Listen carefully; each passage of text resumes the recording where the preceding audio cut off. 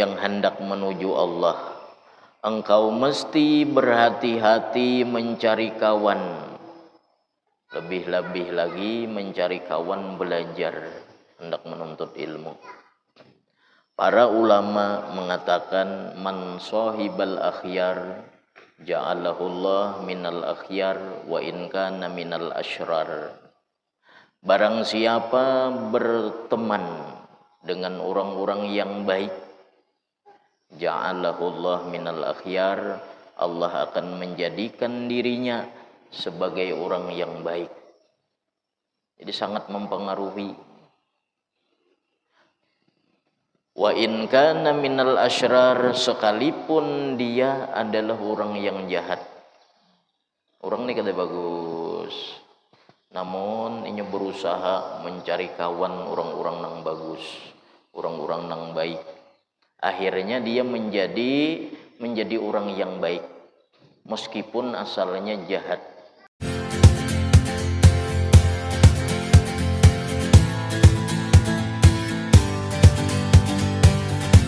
Bismillahirrahmanirrahim.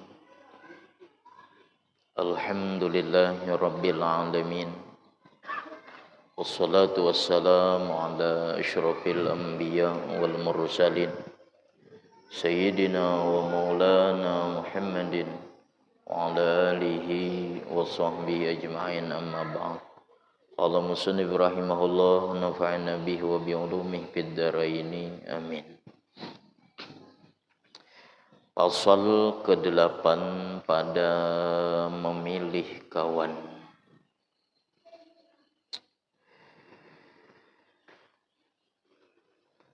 Berkata syair, watruk mujawazatas safi fa innaha nadamun wa ghibbun ba'da zaka wa khimun.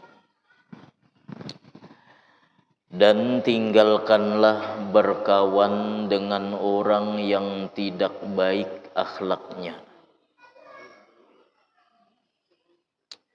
Pasal ke-8 ini pengarang menjelaskan tentang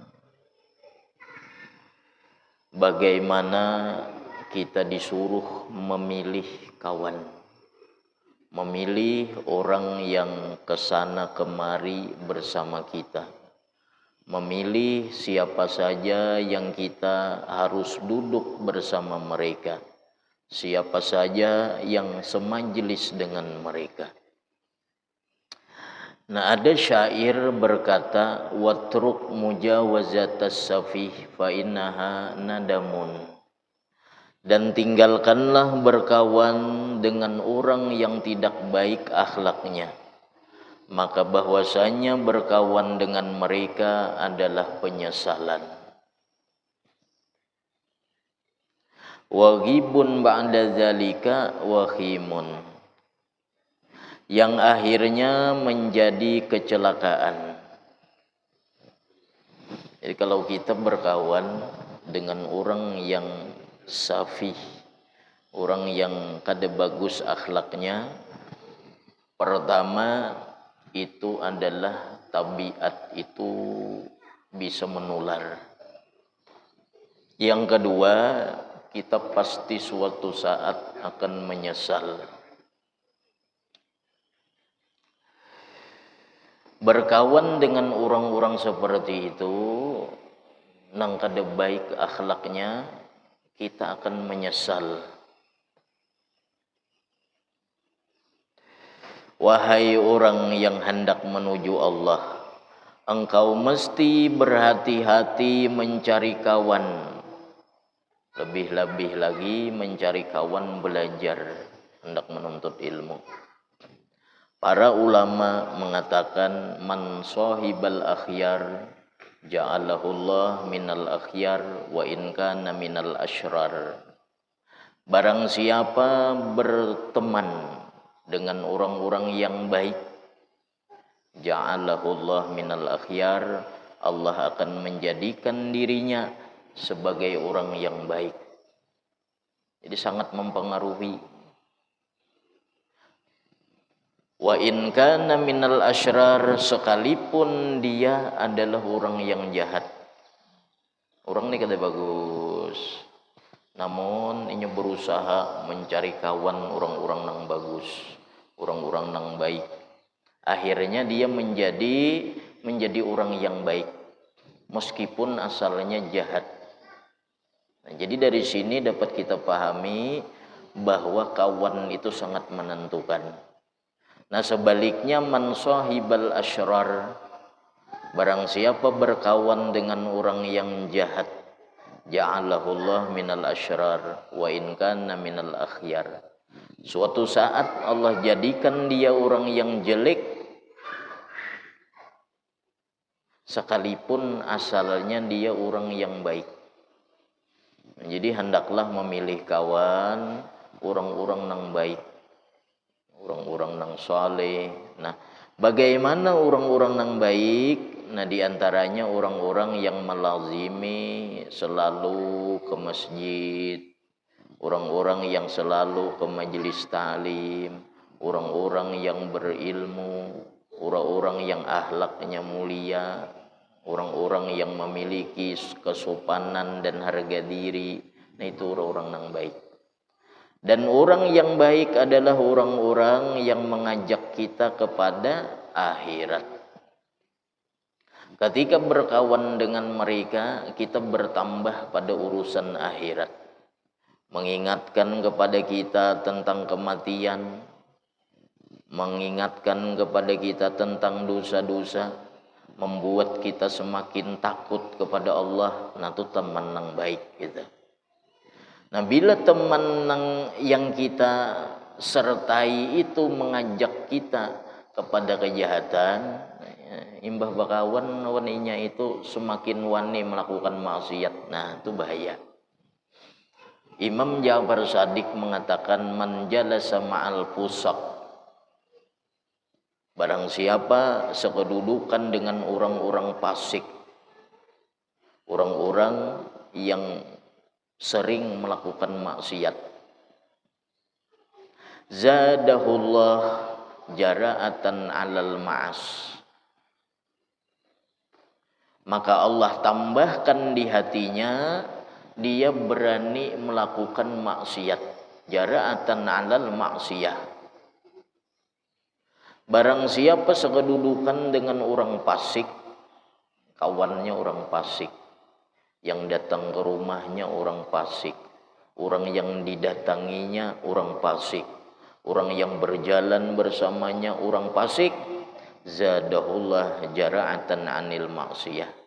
Allah tambahkan di dalamnya hatinya nanti orang itu berani maksiat kepada Allah.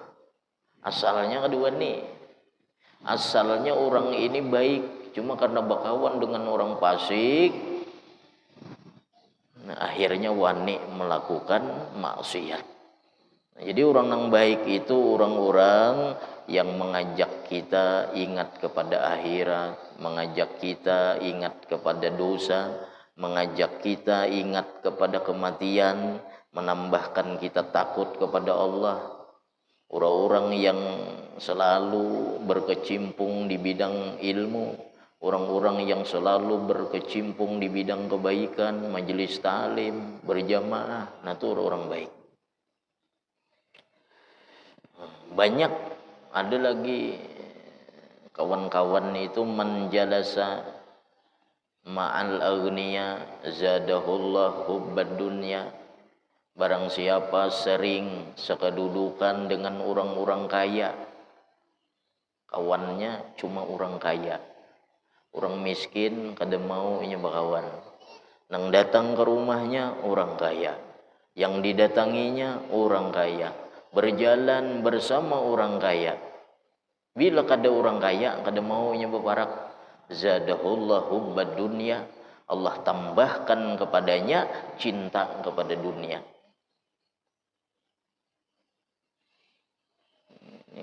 Ini spesial, kawannya orang kaya aja.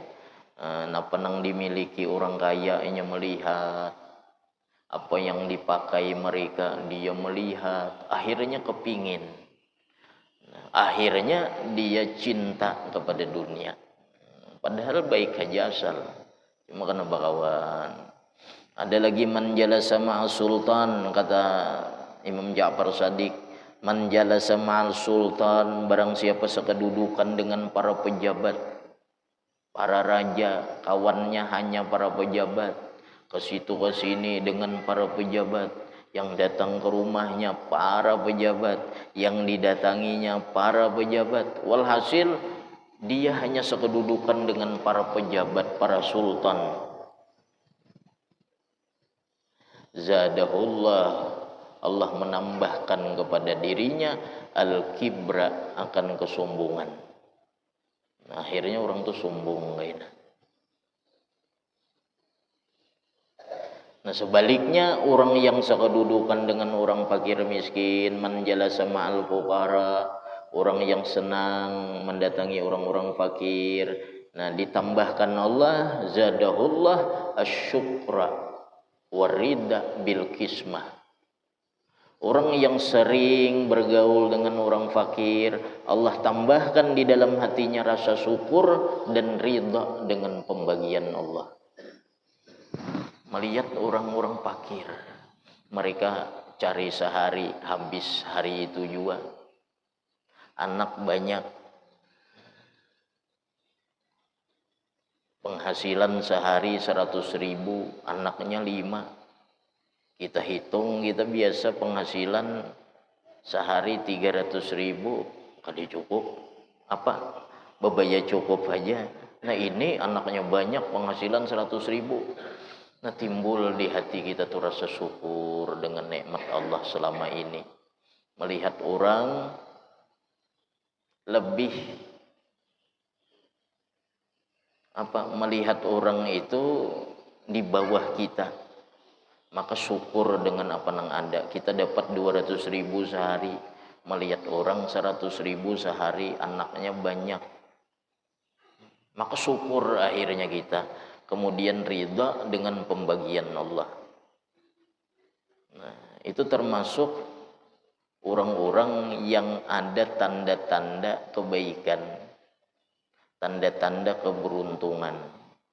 Nah, di dalam makalah para ulama, di antara tanda-tanda keberuntungan orang itu, orang beruntung, nazaruhu ila man dunahu,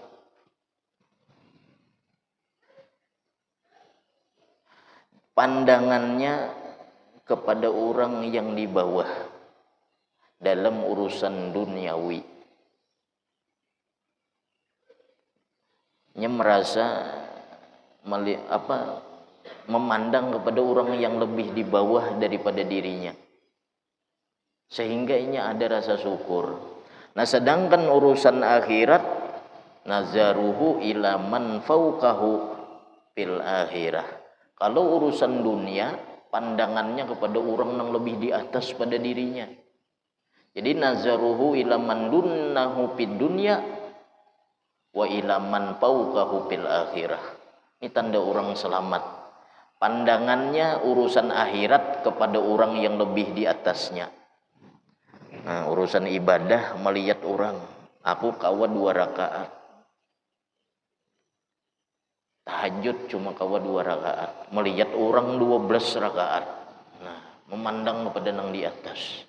Aku bersedekah cuma kawa 10.000, memandang kepada orang yang 100.000.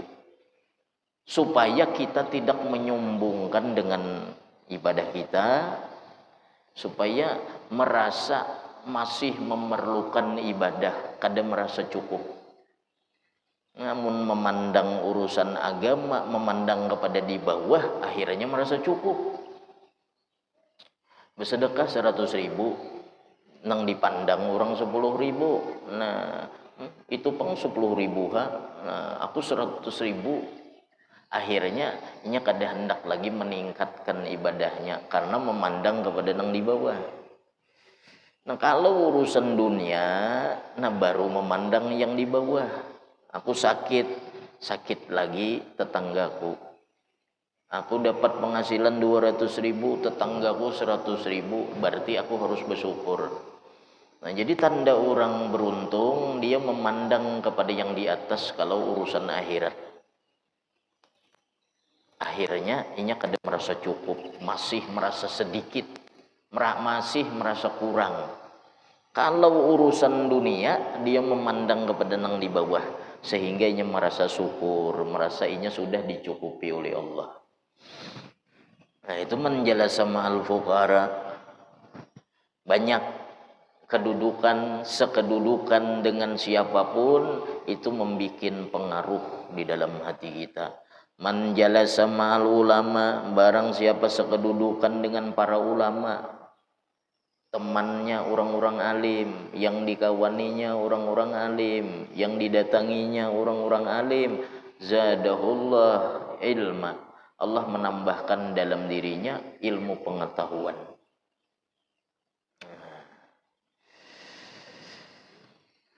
Jadi berkawan dengan orang-orang yang bodoh, orang-orang yang buruk akhlak, orang-orang jahat, itu akan menyebabkan penyesalan di kemudian hari. Makanya ujar para ulama, la aflaha man aflah illa bisuhbati man aflah. Tidak beruntung orang-orang yang beruntung itu, melainkan karena mereka berteman dengan orang-orang yang beruntung.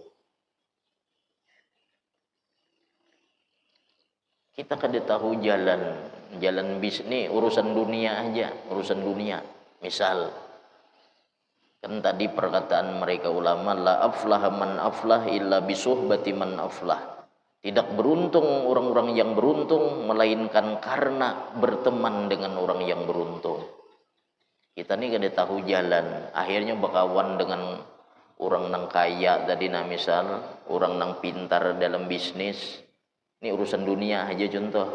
Akhirnya kita gara-gara berteman dengan mereka terbuka jalan. Oh bisnis ini, bisnis itu, akhirnya kita umpat beruntung gara-gara berkawan. Nah apalagi urusan akhirat maksudnya. Urusan akhirat. Tidak beruntung orang-orang yang beruntung, tidak menjadi kekasih Allah. Orang-orang yang menjadi kekasih Allah, melainkan karena sebelumnya berteman dengan orang-orang yang menjadi kekasih Allah. Orang yang dikawaninya orang zuhud terhadap dunia, orang yang dikawaninya orang yang qanaah, orang yang dikawaninya orang yang sabar, orang yang ditemaninya orang yang selalu bersyukur, orang yang ditemaninya orang-orang yang tawadhu, orang-orang yang ditemaninya orang-orang yang ridha. Akhirnya dia pun menjadi orang yang seperti itu, jadi kekasih Allah juga akhirnya.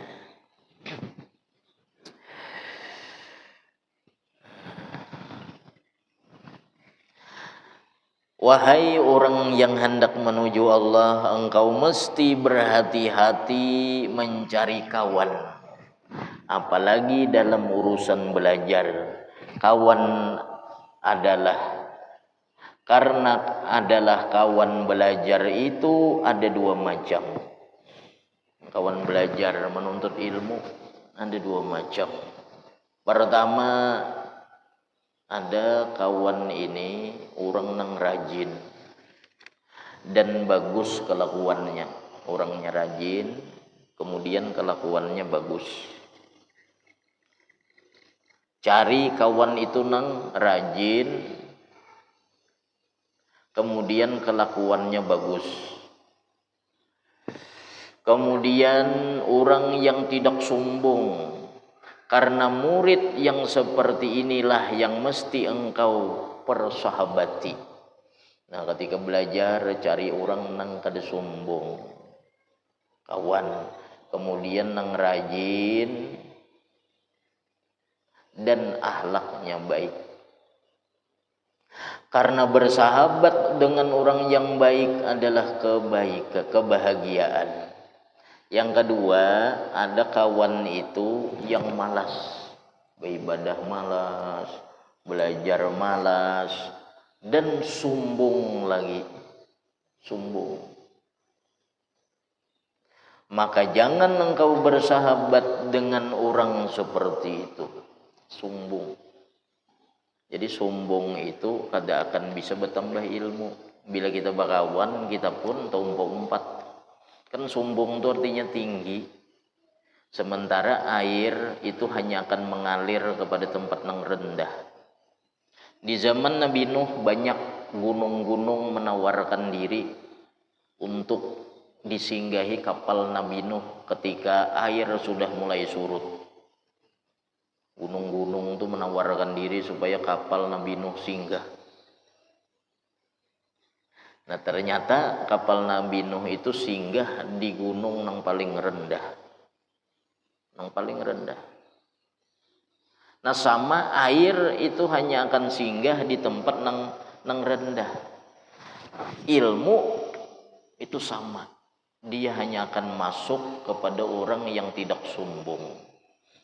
Ya, contoh sombong itu merasa sudah cukup, merasa memiliki kecukupan sudah.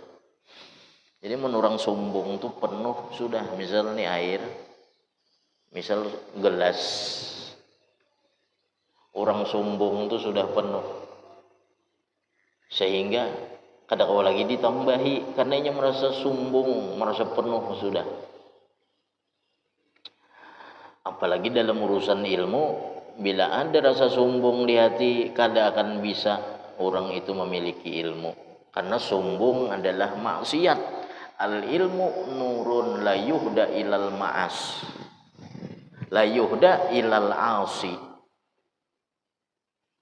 Ilmu itu cahaya, tidak akan diberikan kepada orang yang maksiat. Al ilmu nurun la yuhda ilal asi. Ilmu itu cahaya, tidak akan dihadiahkan, tidak akan diberi kepada orang maksiat. Di antara maksiat yang paling besar adalah sombong. Iblis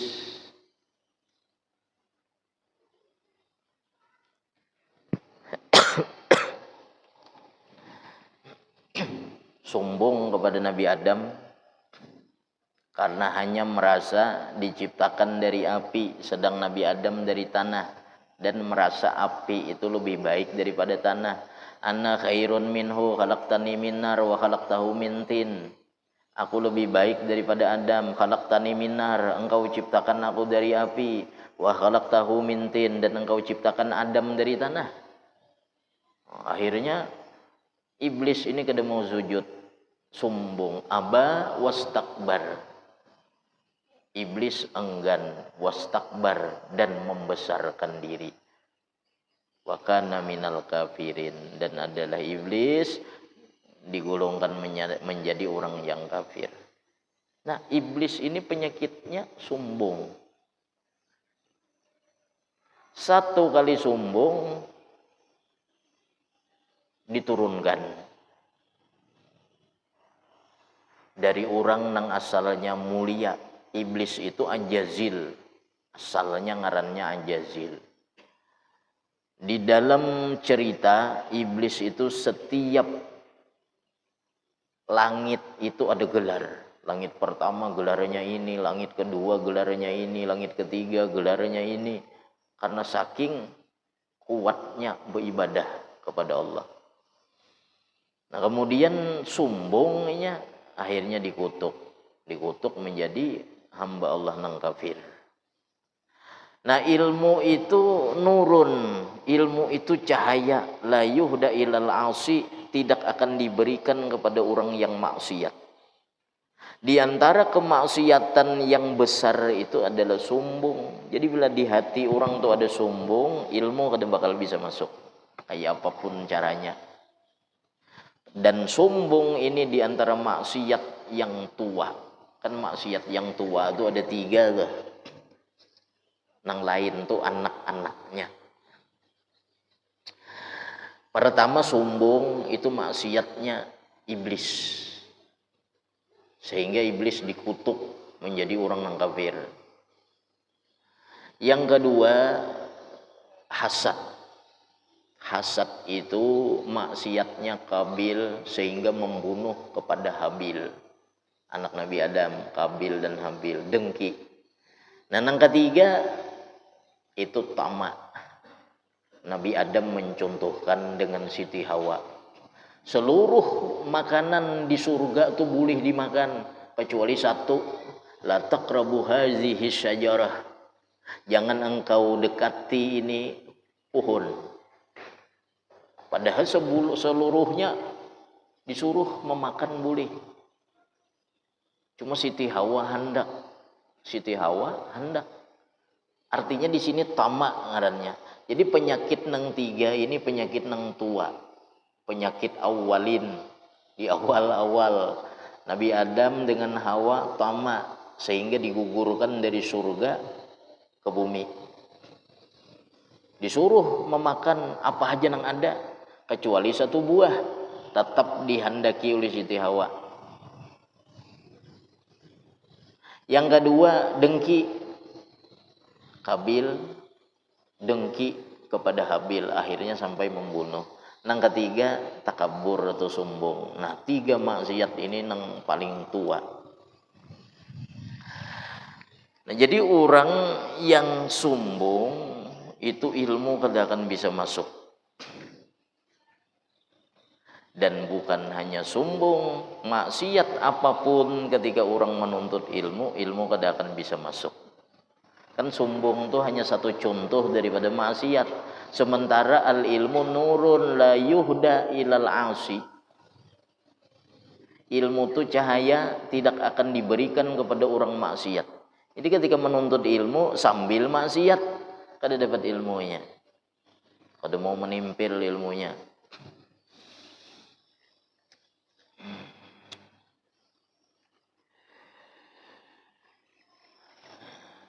Maka jangan engkau bersahabat dengan orang seperti itu, malas, sombong. Tetapi berilah ia nasihat agar bagus kelakuannya.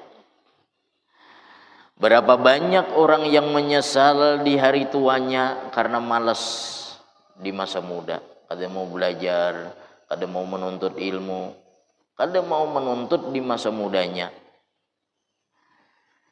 Ujar pepatah para ulama, menahan kepedihan ketika belajar, menahan kesusah payahan ketika belajar itu lebih mudah daripada menahan kesusah payahan ketika bodoh. Lagi anom belajar susah, itu loh, dibanding dengan dia bodoh kayaknya lebih susah ketika bodoh. Penderitaan ketika menuntut ilmu itu lebih mudah daripada penderitaan ketika kita menjadi orang yang bodoh. Nah, jadi menuntut ilmu misal masa muda digunakan waktu, kita sudah tua, nih anak-anak kita suruh. Artinya anak-anak kita motivasi. Artinya penderitaan menuntut ilmu itu lebih mudah daripada penderitaan ketika kita bodoh. Bodoh tuh dibunguli orang lah, macam-macam lah.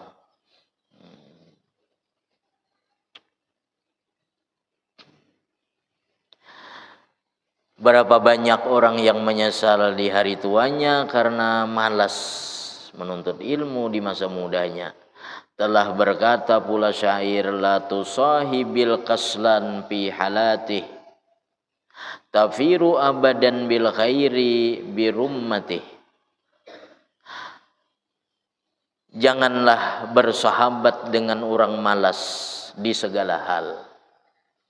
Pasti engkau beruntung dengan mencapai kebahagiaan selama-lamanya. Urusan apapun, jangan berkawan dengan orang yang malas, maka engkau akan beruntung. Maka berhati-hatilah engkau mencari sahabat agar engkau bahagia. Bahagia di dunia, di akhirat tuh kawan. Di dalam hadis Nabi, yuhsarul mar'u ala dini khalilih. Dihalau seseorang atas agama temannya. Jadi siapa kawannya Nah, itu menentukan nanti di akhiratnya bersama siapa. Dihalau. Dihalau seseorang nanti atas agama sahabatnya. Karena dari sahabatnya ini kita bisa sudah dinilai oleh orang. Siapa nanti kawan nih? Itulah tabiatnya. Karena tabiat itu bisa menular. Di dalam pepatah Arab jalis janis. Jalis janis. Sekedudukan niscaya dia sejenis. Jadi lihat siapa pergaulannya, siapa kawannya, berarti orangnya itu tuh kayak itu tuh juga. Bila kawannya orang baik-baik, berarti baik tuh juga orangnya. Tapi bila kawannya orang-orang yang jahat-jahat, kurang lebih aja tuh juga. Karena jalis janis, man jalasa janasa. Barang siapa sekedudukan maka dia sejenis. Nah itu pepatah orang itu sudah tajrib, artinya sudah dibuktikan. Meskipun kada pasti. Ada juga orang yang sekedudukan tapi kada bisa menular karena ilmu dia sudah melaut. Kalau orang sudah melaut maka kada berubah. Laut itu dilempar kotoran apapun dia tetap suci airnya. Karena melaut lebih dari jutaan kullah. Lebih dari jutaan kullah air di laut itu sehingga dilempar apapun dia kada berubah. Dikencingi orang tetap dia suci karena lebih daripada jutaan kullah. Dilempar kotoran, kencing, macam-macam di laut situ kada akan berubah. Nah, ada orang-orang yang tabakhur. Orang-orang yang sudah melaut, maka dia dimanapun berada kada akan berubah. Ada orang demikian. Artinya termasuk yang dikecualikan daripada perkataan para ulama tadi. Yang sekedudukan itu adalah sejenis. Nah ada orang yang kayak tadi, kemanapun dia bergaul dia kada akan terpengaruh, melainkan orang lain yang terpengaruh bersama dia. Contoh diceritakan seperti Abu Yazid Al-Bustami. Abu Yazid Al-Bustami ini qutbul ahwal. Di dekat beliau ada seorang perempuan, yang perempuan ini pekerjaannya adalah pelacur dan paling laku, sampai-sampai orang antri hendak bertemu dengan perempuan tersebut. Jadi orang antri bergantian. Nah, datang Abu Yazid Al-Bustami, duduk sidin di sana, orang berjauhan. Jadi nang antri tadi berjauhan akhirnya. Nah, ini di sini contoh sudah orang supan. Wah, Abu Yazid Al-Bustami, syekh besar datang, larian, duduk sidin di situ. Akhirnya si perempuan ini gelisah. Gelisah kenapa? Orang berjauhan. Kada ada lagi orang nang tadinya antri, orang berjauhan. Akhirnya perempuan tadi keluar, kemudian menanyakan apa maksud Abu Yazid Al-Bustami. Apa maksud engkau di sini wahai syekh? Itu pelangganku larian. Ujar si Abu Yazid Al-Bustami, kayak orang pangjuang ke sini. Namun kayak orang masuk. Disuruh orang masuk Abu Yazid Al-Bustami. Lalu perempuan tadi diberikan beliau jubah.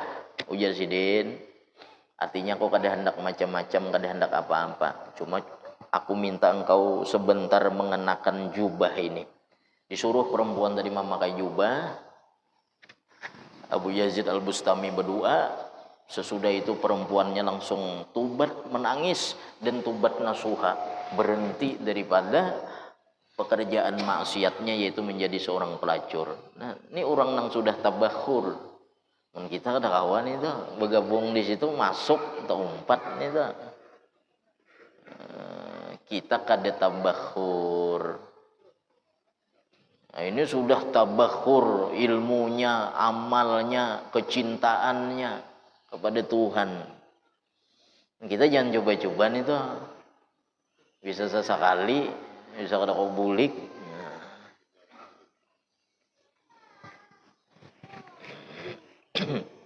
Nah, jadi bakawan itu sangat menentukan. Jadi mulai sekarang berpilih ya Kak, mencari kawan. Nang mana-mana kawan yang biasanya bakawan dengan mereka itu muntung kada kau dijaga. Sekali tarikan napas satu kabupaten digibah. Belah bakawan itu. Nah, jangan lagi bergabung. Bibinian biasanya satu tarikan napas tuh se-RT digibah bisa. Hati-hati. Artinya nih kawan yang semacam ini jangan lagi digawani. Karena gibah itu meskipun kita mendengarkan, kita mustarikun pizunub. Kita berserikat di dalam dosa. Mendengarkan. Jadi dosa orang yang menggibah dengan orang yang mendengarkan gibah itu sama dosanya. Perbedaannya cuma dalam urusan bertaubat.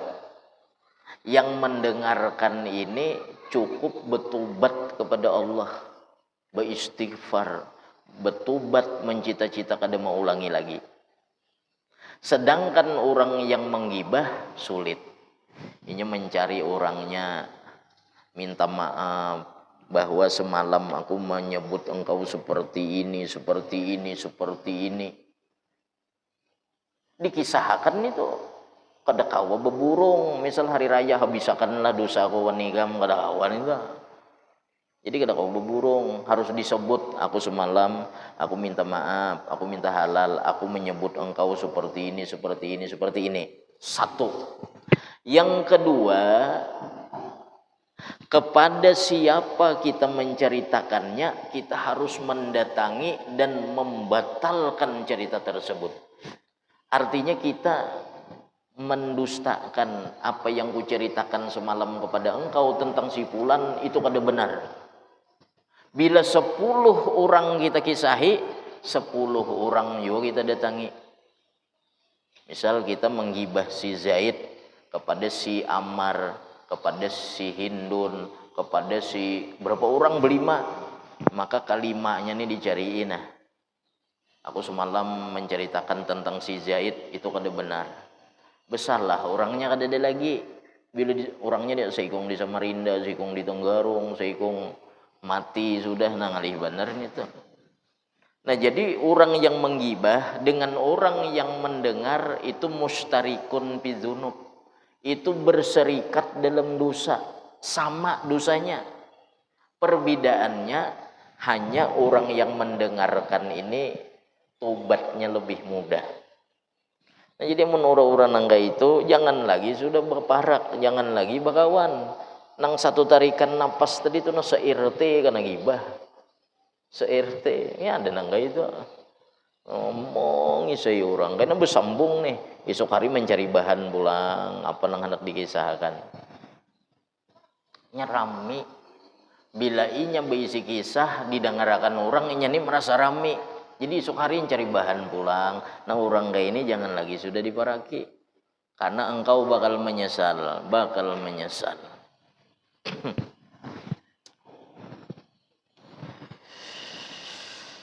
Pasal ke-9 pada bersungguh-sungguh dan giat atau rajin.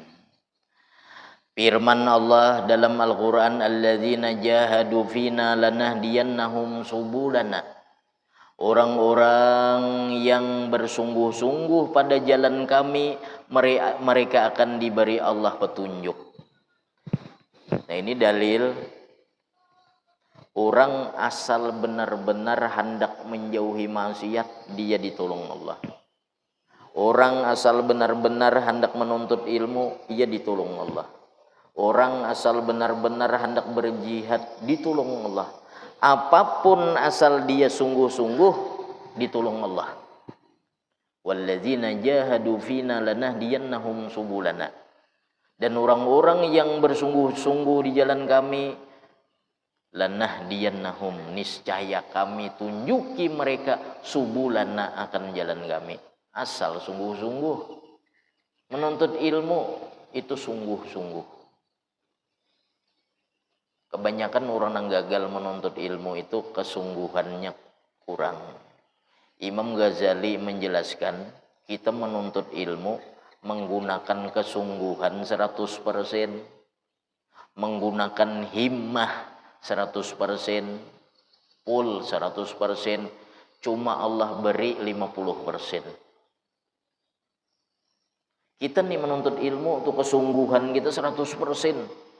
Allah cuma memberi kita 50. Apalagi kesungguhan cuma 20%, kesungguhan 30% menuntut ilmu, payah nih.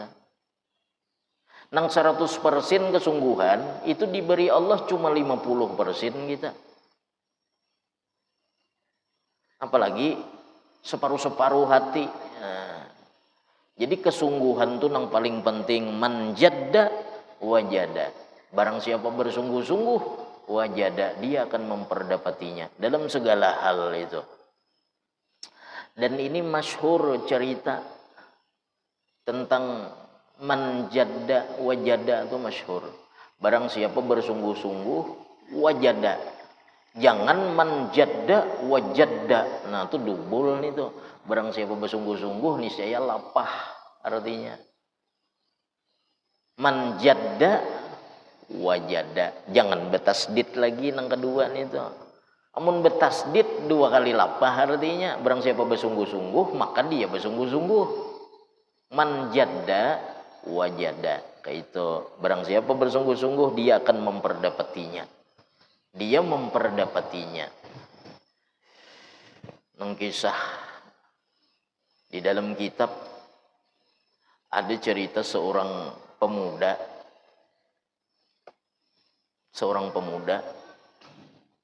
hendak dengan seorang putri raja.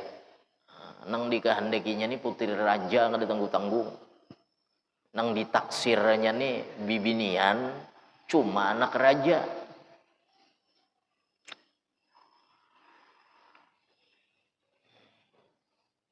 Jadi ditanyalah kepada orang, ujarnya, kayak apa kalau hendak memperdapati putri raja itu, hendak kawin dengan putri raja? Ujar orang, kecuali engkau memiliki permata. Yang permata ini permata khusus dimiliki oleh para raja-raja. Nah dengan itu engkau bisa meminangnya. Di mana itu adanya? Ujar orang, di kerajaan si anu. Ada mungkinnya kau ambil. Lalu ujarnya, tambangnya pang di mana? Ujar orang, itu tambangnya di bawah laut. Nah, maka hendakwan putri raja tadi itu. Ujar orang, tambangnya permata itu di bawah laut. Lalu ingat, manjadda wajada.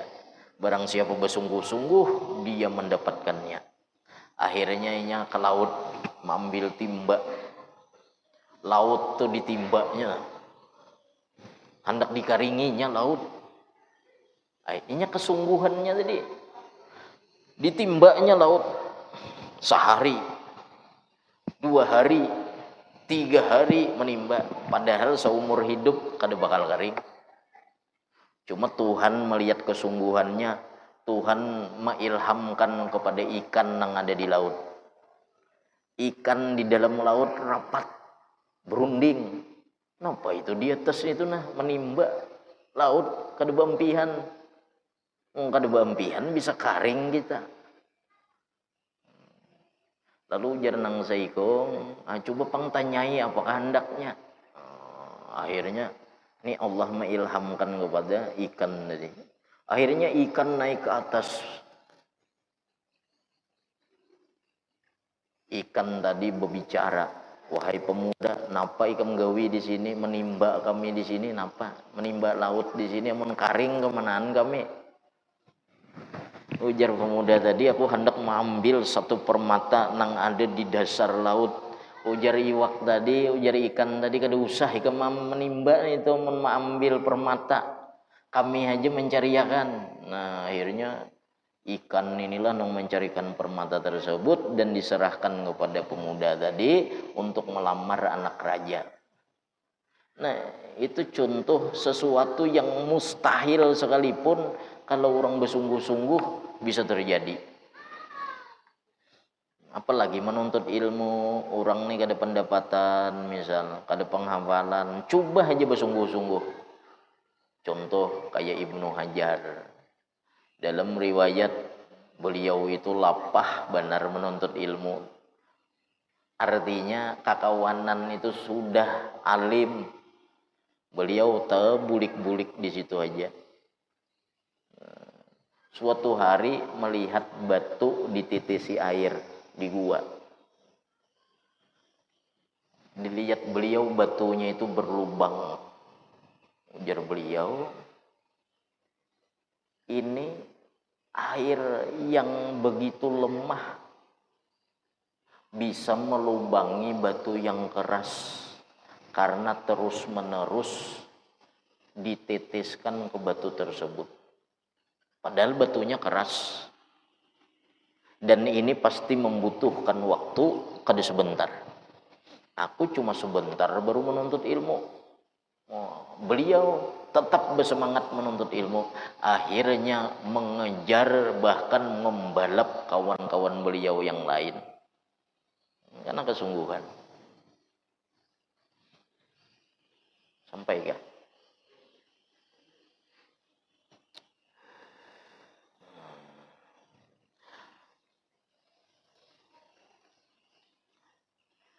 Allah berfirman, alladzina jahadu fina lanahdiyannahum subulana, dan orang-orang yang bersungguh-sungguh pada jalan Allah mereka akan diberi Allah petunjuk. Dan kata pepatah man jadda wajada, maksudnya siapa yang bersungguh-sungguh pasti akan mendapat. Wahai orang yang hendak menuju Allah, adalah menuntut ilmu itu memerlukan beberapa syarat. Berbicara masih masalah ilmu semalam. Jadi menuntut ilmu itu ada beberapa syarat, sebagiannya adalah bersungguh-sungguh. Kalau di dalam ta'lim muta'alim itu ya syaratnya ya himmatul aliyah, keinginan yang tinggi, kesungguhan yang tinggi, itu syarat orang menuntut ilmu. Jadi ada 6 di situ, ada termasuk ungkus di situ, ada termasuk pintar, macam-macam.